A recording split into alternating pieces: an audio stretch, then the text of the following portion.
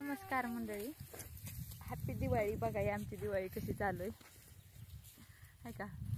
कांदा भरायला पाहुण्यानी पण आणलंय. कसं असते आमच्या शेतकऱ्याच्यात, पाहुणा पण आला ना तरी पण त्याला बसायची हे नसते, कारण त्याला कामाला हळूहळू आणायचंच असते आणि आपल्याबरोबर थोडं थोडं काम करीत राहते ती. तर आता हे लेकरांनी लावलं मी कांदा भरायला, वर कापायला चालू येतं.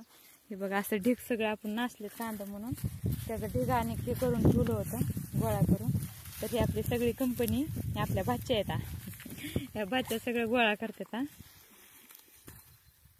तर ह्या काही सगळे कसे कांदे भरायलेत आमचे चिलीपिली हे का.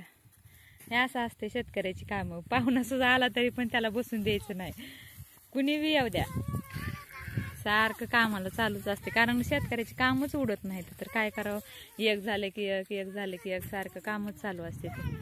तर हे आता कांदा ही अशी पाटी भरली, याला कापून नीट वाळू घालून याचा पाचोळा काढून मग स्वच्छ करून मग बाजारला मार्केटला पोहोचायचं असते.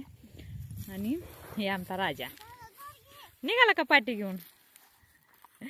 हे बघा हे आमची चिव आहे का, लय नाद येतं काम करायची, लय करू वाटते. तर जसं माशाच्या पिल्याला शिकवणं लागत नाही पोहायचं, तसं शेतकऱ्याच्या लेकराला काम करणं शिकवणं लागत नाही का, अशी कामाला लागत आहेत हळूहळू.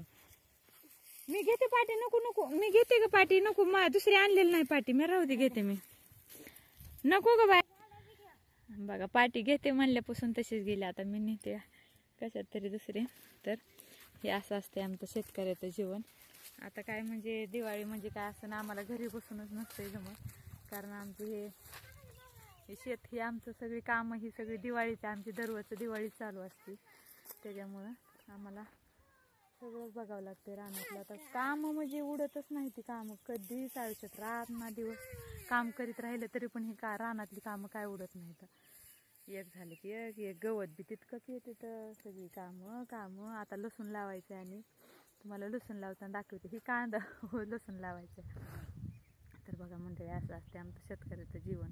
काय सांगावं, जेवढं सांगन तेवढं कमीच आहे.